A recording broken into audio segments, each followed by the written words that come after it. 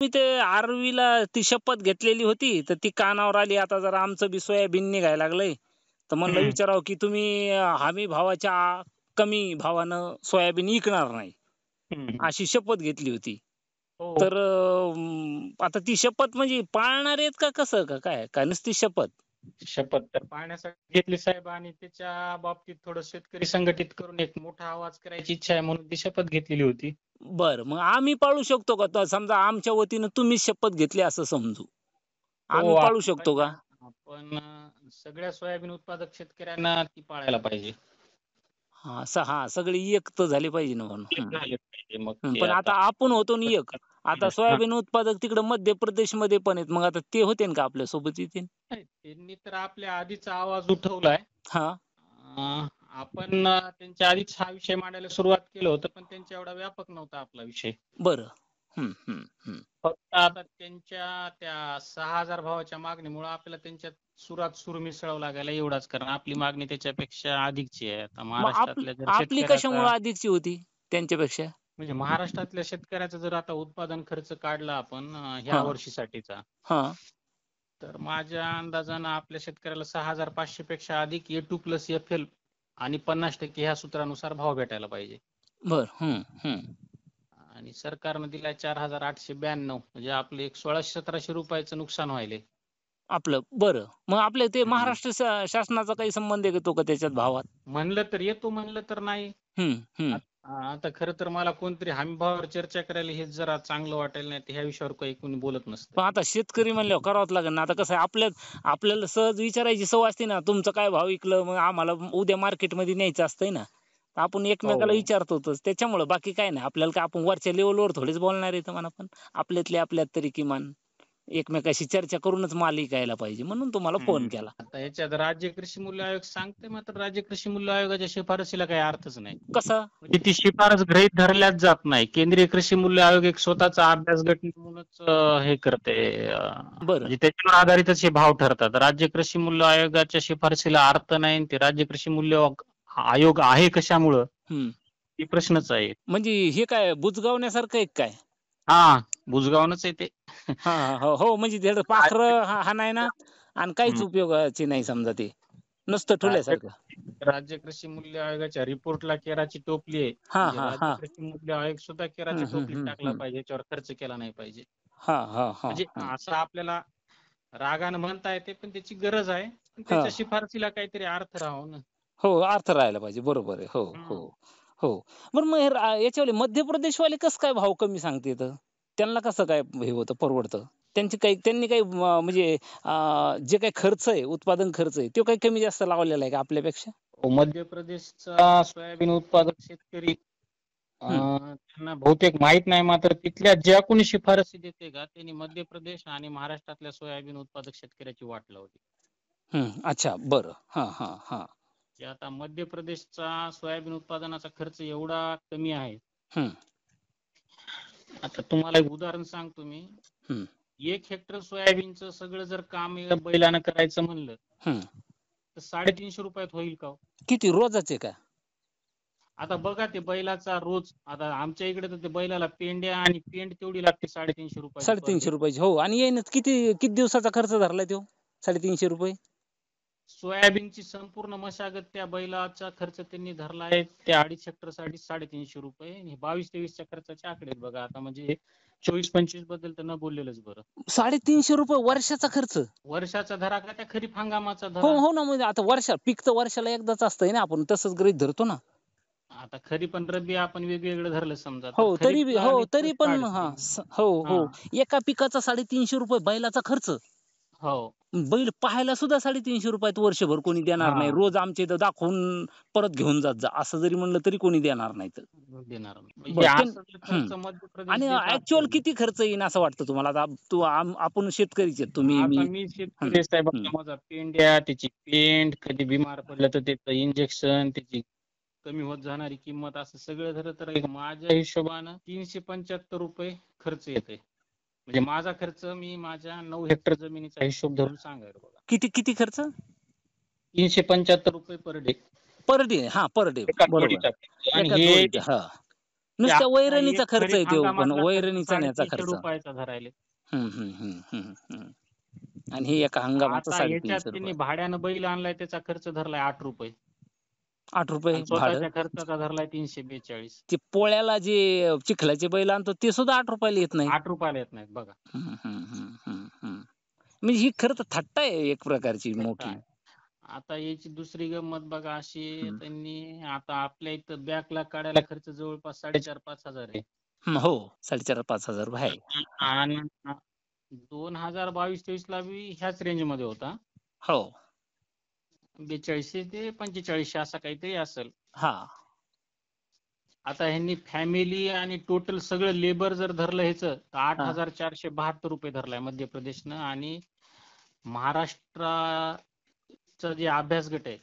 CACP चा, हां. त्यांनी 20,031 धरलाय आणि मध्य प्रदेशचा ₹8,472. एवढी तफावत आहे. म्हणजे मजुरी वर्ष म्हणजे त्या अख्ख्या पिकाची मजुरी तेवढी धरली का त्यांनी? हो, म्हणजे आता ह्याच्यात बघा ना, त्याच्यात पेरणी आली असेल, पेरणी हो ना. कोळपणी आली हो, असेल, फवारणी खुरपणी आली सगळं असेल, फवारणी.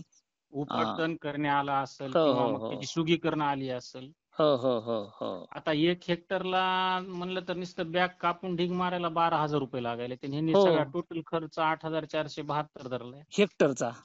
हां, हो, आपण येडा करायला जातो तर तेवढे पैसे होतील रोजानं. पैसे होते. हां, हं, हं. म्हणजे रोजाने गेलेलं बरं, अशी परिस्थिती आली हो, बघा. हो, हो, हो, हो, हां, हो. त्या मध्य प्रदेशला मध्ये रोज कमी असेल तर तिकडच्या लोकांनी इकडे यावं.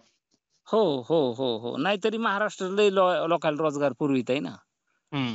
हं, हं. आणि आता ह्याच्या मध्य प्रदेशचं जे उत्पादन आहे मागच्या 3 वर्षाचं, हं, ते आता समजा 24-25 साठी जर काढायचं असेल, तर हं. मागचं 23 सोडून त्याच्या आधीचे जे 3 वर्ष आहेत का, त्याच्यात एकूण किती प्रोडक्शन झाले मध्य प्रदेशमध्ये हं, हं, हं.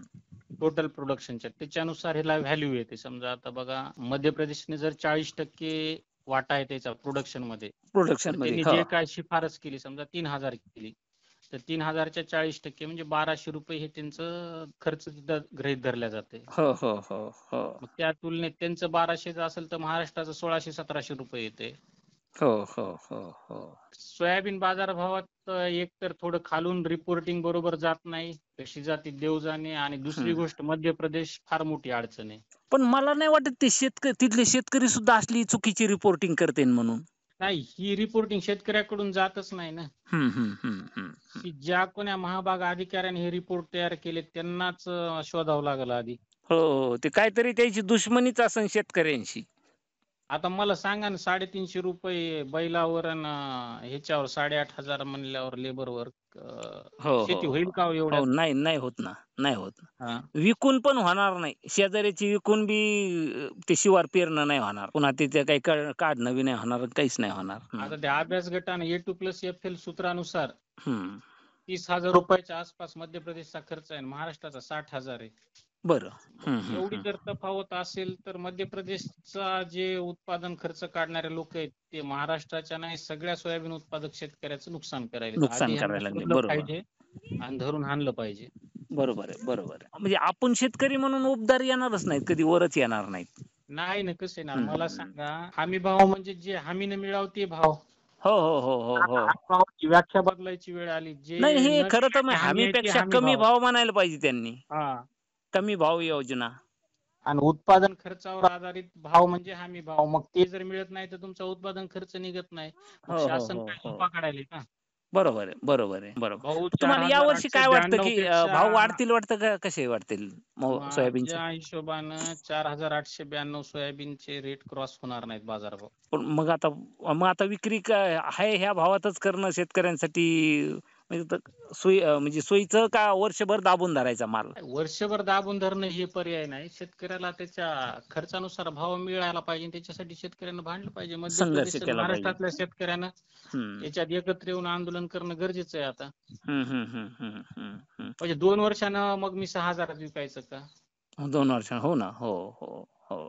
या वर्षीचा माझा खर्च आहे त्या हिशोबानेच मला विकावं लागेल ना. बरोबर आहे आणि आणि आपली तेवढी क्षमता पण नसते ना माल दाबून धरण्याची सगळ्यांचीच. अहो, आमचा 22-23चा आमचा जर खर्च काढला तर त्याला A2+FL आणि 50% नफ्याने त्यावेळेसच आम्हाला 6,100 भाव भेटायला पाहिजे हं, होता. आज हं, हं, आम्हाला हं. 6,700 भेटायला पाहिजे. हं, हं, हं, हं, हं. आज मार्केटमध्ये सोयाबीन 4200-4400 ॲव्हरेज रेट आहेत आजचे. हो, हो, हो, हो.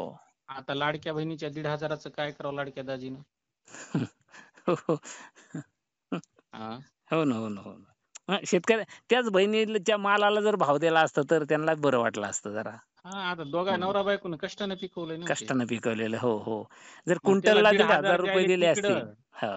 हा आणि इकडं कुंटली 1,500 खिसा कापायला हो, तुम्ही. हो, हो. हो ना. हो. शेतकऱ्यांसाठी ही तर खरं तर जरा थोडीशी अवघड आणि धोक्याचीच घंटा आहे. हा आणि याच्यात याच्यावर हं. थोडंसं अभ्यास झाला पाहिजे. थोडंसं शेतकऱ्यांनी एकत्र येऊन मध्य प्रदेश, महाराष्ट्रातला एखादा समन्वय साधून काहीतरी ह्याच्यावर हं, हं, हं. तोडगा निघणं गरजेचं आहे बघा. हं, हं, नाहीतर हं. हे असेच राहतील भाव. हं. बरं खरं तर हे अशा याच्यात म्हणजे इलेक्शनच्या पिरियडमध्ये असे मुद्दे जर उचलून धरले तर हो. त्याची चर्चा पण होती आणि ते असं म्हणजे नाक दाबलं की तोंड उघडतं म्हणतात ना. इलेक्शनच्या हो. पिरियडमध्ये असं नाक दाबता आलं असतं शेतकऱ्यांना सगळ्या तर पण आता शेतकरी वेगवेगळ्या याच्यामध्ये आंदोलनामध्ये गुंतलेले आहेत. देशाचे कृषी मंत्री मध्य प्रदेश मधले त्यांना जर त्यांच्या राज्यातल्या शेतकऱ्याला न्याय देता येत नसेल तर ते देशाला काय न्याय देशाला देतील. काय न्याय देते? बरोबर आहे. बरं. आणि स्वामीनाथन साहेबांना सांगितलं होतं C2 न भाव द्या. C2 plus 50%. हो, हो, हो, हो. दिल्लीत बसलेला शेतकरी ते भाव मागायलाय. ह्याला A2 प्लस FLच देणं होईना C2 कधी देतील? आता हो, C2 हो, प्रमाणे हो, जर हो. भाव म्हणला तर आम्हाला आमच्या खर्चानुसार भाव पडते ते बघा 9,000च्या आसपास काहीतरी. 9,000 बरोबर. हो, हो. म्हणजे आम्हा याचा तो वेतन आयोग लागू होऊ शकतो, पण हे नाही लागू होऊ शकत. नाही ना. कृषी मूल्य आयोग. बरोबर. महागाई त्यांच्यासाठीच वाढते, शेतकऱ्यासाठी वाढत नाही. हो, हो, हो, हो, हो. शिंदे साहेब, मी राजकुमार तांगडे. अॅग्रोवनचं जे बरं. काही शिराळ गप्पा नावाचा कार्यक्रम असतो आमचा फोन हां, हां, कार्यक्रम, हां. त्याच्यासाठी मी तुमच्याशी बोललो आणि खूप बरं वाटलं, की शेतकरी आपापल्या परीनं आवाज उठवण्याचा प्रयत्न करतायत. हे बरं वाटलं जरा. आम्हालाही बरं वाटलं साहेब तुमच्याशी बोलून. जरा आमच्या भावना सगळीकडे पोहोचवा जरा. हो आणि पोहोचणार ह्या तुमच्या भावना नाहीत, ह्या माझ्या आणि त्यांच्या पण आहेत, जे ऐकणार आहेत त्यांच्या पण ह्या भावना आहेत. हो, हो. हं. धन्यवाद. भेटू. धन्यवाद. हं. हो, हो. हो.